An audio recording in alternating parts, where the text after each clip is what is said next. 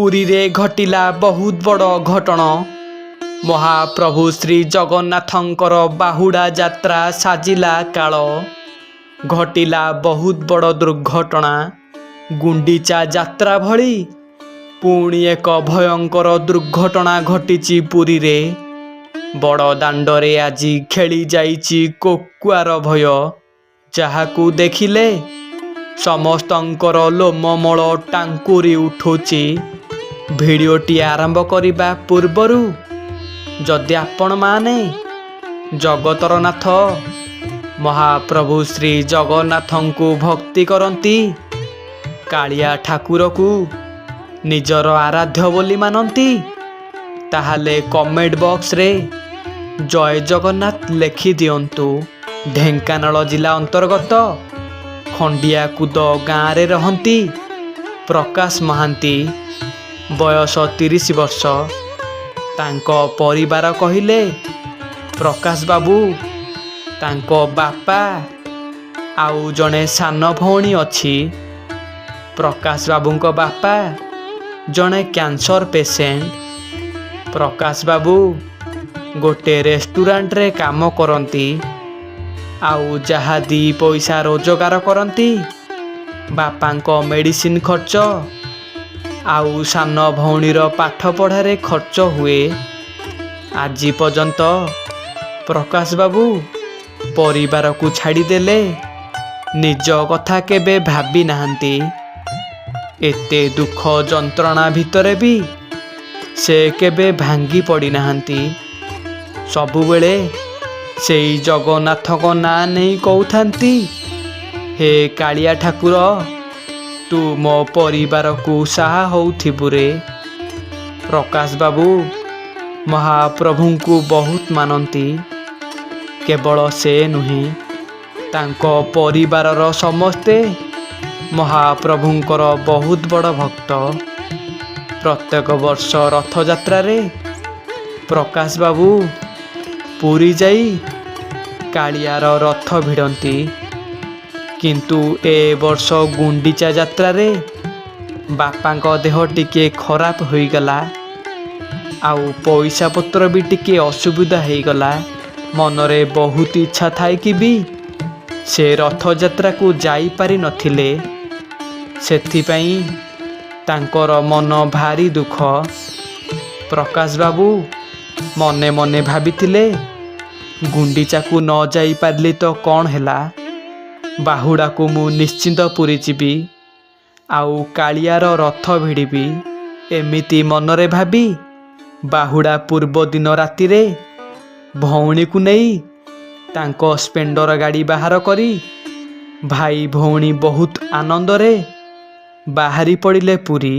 मनरे केते आशा नहीं आसीथिले रातिटा पुरी बड़दांडरे रहिबे, आउ सकाळ हेले महाप्रभु को दर्शन करी तांको रथ भिड़िबे। किंतु तांकर एही रथ भिड़िबा आशाटा तांको जीवन रे एते बड़ झड़ नहीं आसीबो बोली से केबे भाबी नथिले। बाटरे तांकु जम जगिची बोली से जानी नथिले। राति पाखापाखि 9टा हबो। भाई भौणी बहुत आनंदरे कथाबार्ता हेई बाइक रे आसुथिले। से माने पुरी पाखापाखि हेई जाइथिले। मनरे सेई महाप्रभु को स्मरण करी कालियार रथ भिड़िबे बोली मने मने भाबी आसुथांती। ठीक एतिकी बेले पछपटु गोटे बोलर द्रुत गति रे आसी तांको पछपटु पिटी देला। भाई भौणी दुहे छिटिकी की जाई रास्ता कड़रे गोटे बिल भितरे पड़िले। मनीष देहरु आजी मनीष पणिया टिकक हजिगला। से बोलर ड्राइवर भाई भौणी को मेडिकल नहीं जिबा बदल रे से निजकू बंचेइबा को जाई बोलर को जोरे स्पीड रे नहीं पड़ेला। प्रकाश बाबू आउ तांको भौणी रक्त जुड़ुबुड़ु होई बिल भितरे पड़ीचंती। भौणीर चेता बुड़ीगला। ରାସ୍ତା କଡ଼ରେ ଯାଉଥିବା ଲୋକ କେହି ବି ସେମାନଙ୍କୁ ଦେଖିପାରୁନାହାନ୍ତି, କାରଣ ସେମାନେ ବିଲ ଭିତରେ ଗୋଟେ ଅନ୍ଧାରିଆ ଜାଗାରେ ପଡ଼ିଛନ୍ତି। ପ୍ରକାଶ ବାବୁଙ୍କର ଟିକେ ଟିକେ ଚେତା ଥାଏ। ଉଠିବାକୁ ସେ ବହୁତ ଚେଷ୍ଟା କରୁଛନ୍ତି, କିନ୍ତୁ ଉଠି ପାରୁନାହାନ୍ତି। ସେ ଖାଲି ଆଖି ମିଟି ମିଟି କରି ମନେ ମନେ କହୁଥାନ୍ତି। ତାଙ୍କ ମନରେ ଖାଲି ନାଚି ଯାଉଥାଏ ମହାପ୍ରଭୁଙ୍କର ସେଇ ଚକା ନୟନ। କିନ୍ତୁ ସେ ମନରୁ ପୂରାପୂରି ହାରି ଯାଇଥିଲେ, ଆଉ ଆଖିରୁ ଧାର ଧାର ଲୁହ ବୋହି ଯାଉଥାଏ। ମନେ ମନେ ବହୁତ ଆଶା ନେଇ ଆସିଥିଲେ ବାହୁଡ଼ାରେ ମହାପ୍ରଭୁଙ୍କର ରଥ ଭିଡ଼ିବେ, କିନ୍ତୁ ଆଉ କେବେ ବି ସେ ରଥ ଭିଡ଼ି ପାରିବେନି। କାନ୍ଦି କାନ୍ଦି ଚେତା ବୁଡ଼ିବା ପୂର୍ବରୁ ସେ ହାତ ଦିଟା ଉପରକୁ ଟେକିଦେଲେ। ଶେଷ ଥର ପାଇଁ ଜୟ ଜଗନ୍ନାଥ କହି ତାଙ୍କର ଚେତା ବୁଡ଼ିଗଲା। ତାପରେ ପ୍ରକାଶ ବାବୁଙ୍କର ଆଉ କିଛି ମନେ ନାହିଁ। ତାପରେ ପ୍ରକାଶ ବାବୁଙ୍କର ଚେତା ଆସିଲା ବେଳକୁ ସେ ଯାହା ଦେଖିଲେ ସେ ନିଜ ଆଖିକୁ ବିଶ୍ୱାସ ବି କରିପାରିଲେନି। ଆଖି ଖୋଲିଲା ବେଳକୁ ସେ ମେଡ଼ିକାଲ ବେଡ଼ରେ ଶୋଇଛନ୍ତି, ଆଉ ଆଖପାଖରେ ଜଣେ ଡାକ୍ତରକୁ କେବଳ ଦେଖୁଛନ୍ତି, ଆଉ ତାଙ୍କ ଦେହ ପୂରାପୂରି ସୁସ୍ଥ ଅଛି। ଏତେ ବଡ଼ ଦୁର୍ଘଟଣାଟେ ଘଟି ଯାଇଥିଲା। ଦେହ ମୁଣ୍ଡରୁ ଏତେ ଜୋରରେ ରକ୍ତ ବହୁଥିଲା। ପ୍ରକାଶ ବାବୁ ବେଡ଼ରୁ ଉଠି ତଳକୁ ଯାଇ ଦେଖନ୍ତି ତ ସେ ଚାଲି ପାରୁଛନ୍ତି। ତାଙ୍କ ଗୋଡ଼ ହାତ ଟିକେ ଖାଲି ଖଣ୍ଡିଆ ଖାବରା ଯାହା ହେଇଯାଇଛି। ସେ କିଛି ବୁଝିପାରୁନଥିଲେ। ମନରେ ତାଙ୍କର ବହୁତ ପ୍ରଶ୍ନ ଉଙ୍କି ମାରୁଥିଲା। ସେ ଡାକ୍ତରଙ୍କ ପାଖକୁ ଯାଇ ସବୁ କଥା ପଚାରିଲେ, ଆଉ ଡାକ୍ତର ବାବୁ ଯାହା କହିଲେ ସେ ଶୁଣି ଆଶ୍ଚର୍ଯ୍ୟ ହେଇଗଲେ। ଡାକ୍ତର କହିଲେ, ତୁମକୁ ଜଣେ ଅଜଣା ବ୍ୟକ୍ତି ତୁମ ଦୁଇ ଭାଇ ଭଉଣୀକୁ ଗୋଟେ ଅଟୋରେ ମେଡ଼ିକାଲ ନେଇ ଆସିଥିଲେ, ଆଉ ମେଡ଼ିକାଲରେ ପହଞ୍ଚେଇ ଦେଇ ସେ ତରବର ହେଇ କୁଆଡ଼େ ପଳେଇଲେ। ଆଉ ଗଲାବେଳେ ଏହି ଦଉଡ଼ି ଖଣ୍ଡକ ଦେଇ କହିଲେ, ଆଙ୍କର ଚେତା ଫେରିଲେ ତାଙ୍କୁ ଦେଇଦେବ। ପ୍ରକାଶ ବାବୁ ଦଉଡ଼ି ଖଣ୍ଡକ ହାତରେ ଧରି ଟିକେ ମନେ ପକେଇବାକୁ ଚେଷ୍ଟା କଲେ କାଲି ରାତିରେ ତାଙ୍କ ସହ କ'ଣ ହେଇଥିଲା।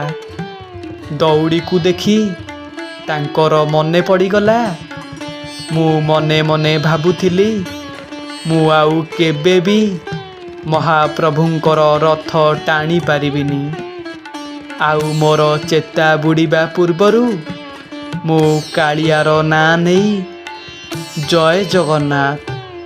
କ'ଣ ସତରେ ମହାପ୍ରଭୁ ଆସିଥିଲେ ଆମକୁ ଉଦ୍ଧାର କରିବାକୁ? ସେ ମନେ ମନେ ବହୁତ ଚିନ୍ତାରେ ପଡ଼ିଗଲେ। ଆଉ ଦଉଡ଼ିକୁ ଦେଖି ସେ ଠିକ୍ ଠିକ୍ ସବୁ ବୁଝିପାରିଲେ। ଏ ପରା ରଥ ଦଉଡ଼ି।